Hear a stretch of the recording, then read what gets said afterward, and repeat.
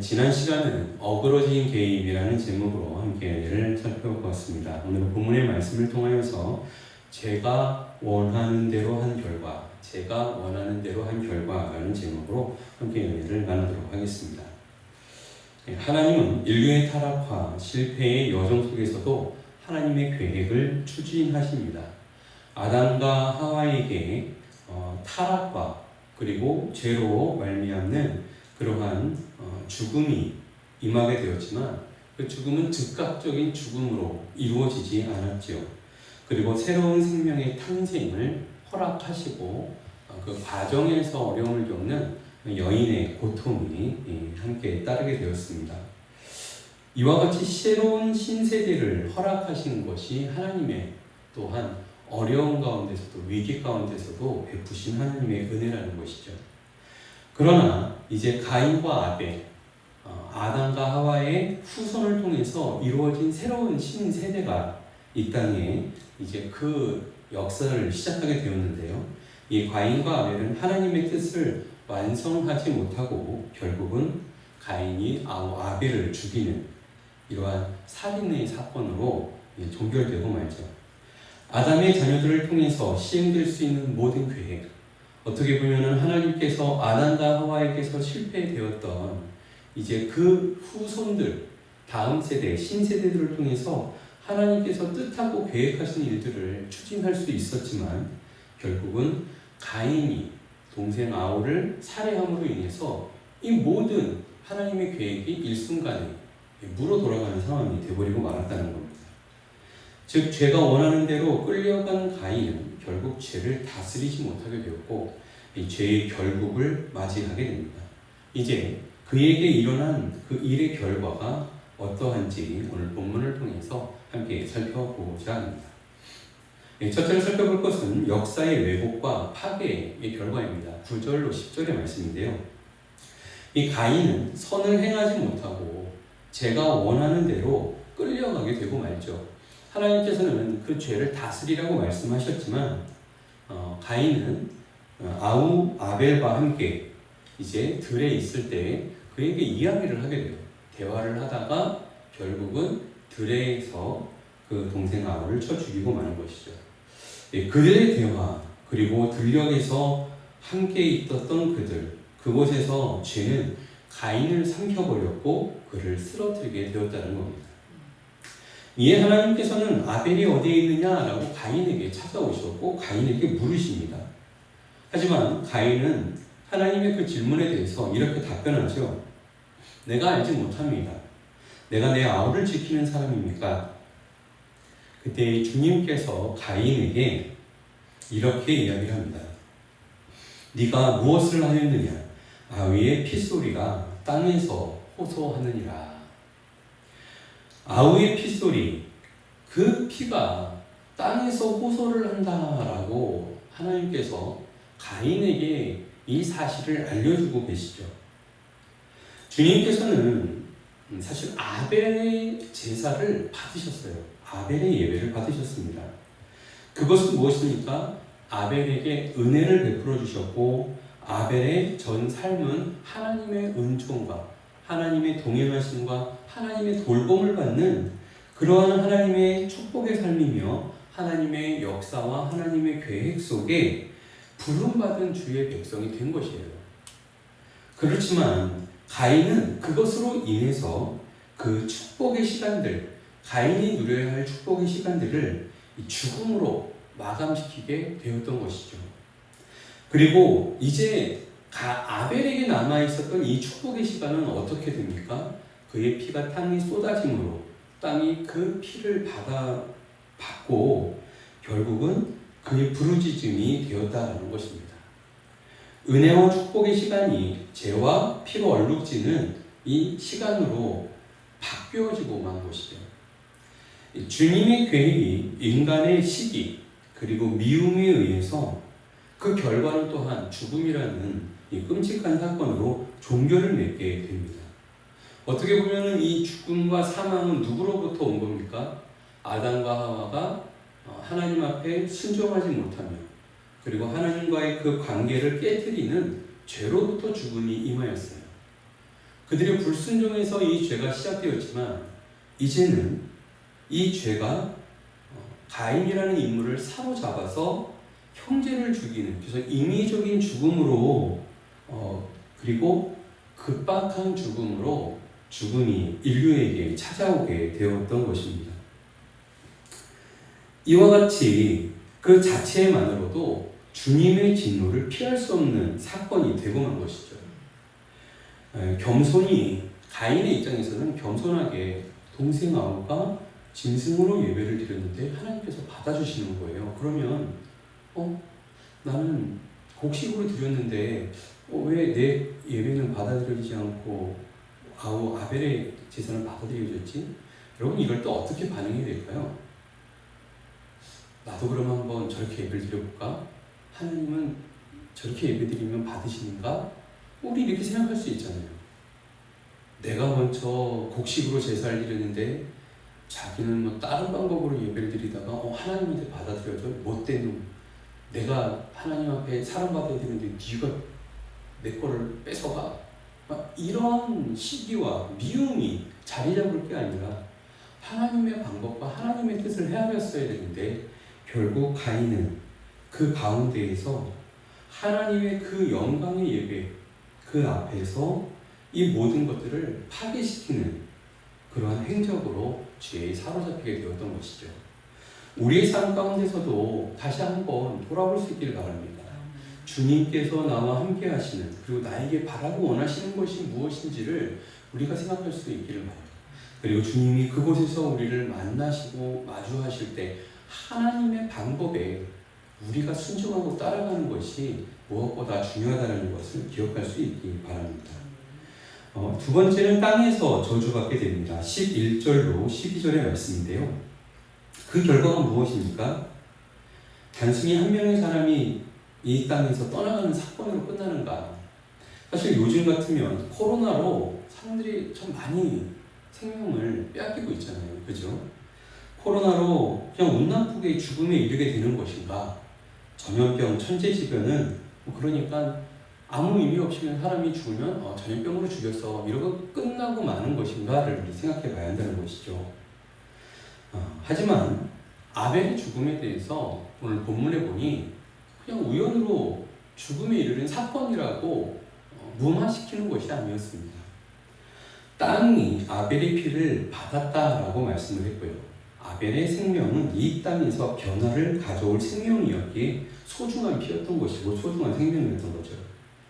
주께 연락되어지고 하나님의 은혜와 축복의 세대가 될 수 있었지만 그 피가 땅에 쏟아졌고 생명의 가능성들은 죽음으로 마무리된 사건이 되고 말았습니다. 그렇기에 11절에 보니 그 결과로 가인이 저주를 받으리라 라고 말씀을 합니다. 결국 땅이 그 흘린 피를 목격했고 이로 인해서 가인은 땅으로부터 저주를 받게 되죠. 12절을 보니 너는 밭을 갈아도 땅이 효력을 주지 않게 될 것이고 그의 인생은 땅에 피하며 유리하게 될 것이다 라고 오늘 본문은 말씀합니다. 우리는 하나님의 존전 앞에 살아가고 있음을 기억해야 합니다. 그리고 우리 주변의 모든 것이 주님 앞에 순종하고 주님께 영광을 돌리는 관계에 있음을 기억해야 하겠습니다. 하나님이 계시지 않고 그분을 무시해도 되는 생을 사는 것이 아니라 우리의 삶에 가까이 계시고 함께 하시는 그분은 또한 우리의 삶 속에서 때를 따라 이 모든 것들을 살피시고 그리고 지키시는 주님이심을 우리가 기억할 수 있기 바랍니다. 우리에게 보이지 않고 우리에게 느껴지지 않는다고 해서 우리가 함부로 행동할 때 결국 그 모든 결과들은 또한 우리가 마주해야 될 하나님 앞에 마주해야 될 결과인 것을 생각할 수 있기를 바랍니다. 이 결국은 13절로 15절 말씀을 보면 징계와 처리가 이루어지게 됩니다. 가인은 자신의 죄에 대한 벌이 이 짐이 되어 너무너무 무겁다라고 하나님에게 한탄하며 부탁하게 되죠. 8절에서 보면 가인의 태도는 어땠습니까? 당당하게 하나님 앞에 말했죠. 자신이 동생 아우를 지키고 돌보는 사람입니까? 내가 어떻게 합니까? 라고 큰 소리를 쳤던 가인의 입장에 비하면 이 말씀은 결코 쉬운 문제가 아니라는 것이죠. 더 나아가서 자신이 저지른 죄가, 그죠? 그 결과가 얼마나 큰 것인가 생각조차 안 했던 것을 우리는 이 본문에서도 발견할 수가 있어요. 죄와 악에 대한 이 짐의 무거움, 그리고 두려움, 이러한 무서움들을 인지하지 못한 것이 인류라는 것입니다. 우리가 잘못하고 죄를 짓는 것에 대해서 우리가 이것이 심각하고 이것이 두려운 것이고 이게 얼마나 무거운 것인가를 안다면 우리가 조금은 덜 잘못할 거예요. 그죠? 우리가 어렸을 때는 부모님께서 우리가 실수하고 잘못할 때 꾸짖어 주시고, 그죠? 야단을 치셔서 잘못이 뭔지 모를 때 이 잘못을 피할 수 있도록 우리에게 지도해 주시는 경우들이 많이 있지 않습니까? 근데 이러한 지도와 그리고 우리의 잘못을 깨닫지 못한 상태에서는 잘못을 저지르기가 쉽다라는 것이죠. 주님께서는 이러한 죄에 연약한 그러한 그 가인의 모습, 결국 가인은 그 안에서 두려움을 모른 채, 하나님의 두려움을 모른 채 무너지고 말았던 것입니다. 이때 가인은 중요한 시점을 파악합니다. 이제 이 지면에서 쫓겨나게 되는 상황이 되었다는 것이에요. 그래서 더 이상 주님의 낯을 보지 못하게 될 것을 알게 됩니다. 기회가 더는 없는 상황인 거죠. 저는 이 본문에서 가인이 그래도 지혜롭다라는 생각이 들었어요. 아마도 인류의 그 조상인 아담, 그리고 아담의 후손인 가인과 아벨을 볼 때 그들은 상당히 빠른 그러한 지적인 존재가 아니었는가 생각을 합니다. 그는 이러한 상황 속에서 자신의 위기와 그리고 자신의 힘으로 해결할 수 없는 문제들을 즉각적으로 파악하게 되죠. 그리고 하나님 앞에 더 이상 나아갈 수 없는 기회가 없다는 사실을 알고 그는 두려워합니다. 근데 다른 것을 두려워하는 게 아니고요. 땅이 저주하고 동생 아우의 피가 부르짖고 있는 것을 두려워하는 게 아니라 그가 두려워했던 건 뭐죠? 땅에서 피하고 유리하는 상황. 자기가 땅에서 피할 때 그리고 유리하는 그 상황 속에서 만나는 사람들이 자신을 죽이려 할 것을 걱정합니다. 그러니까 자신의 죄를 회개하고 돌이켜야 했지만 그는 그 자리에서 무엇에 관심을 두고 두려워하냐면 자기보다 더 강한 자가 자기를 죽일 수 있다는 걸 아는 거예요. 그리고 그게 무서운 거예요. 그리고 더 이상 보호를 받지 못하는 자신도 자기와 같이 자기 동생같이 죽게 될 것에 대해서 두려워하면서 그 염려하는 마음에 사로잡히는 모습을 보여주었다는 거죠. 돌이킬 수 없는 죄, 그런 말미암는 형벌은 이성적이고 바른 판단이 무너진 두려움과 이 저주에 사로잡힌 존재자였습니다. 이것이 가인에게 주어진 인생이고 삶처럼 보여지는데요.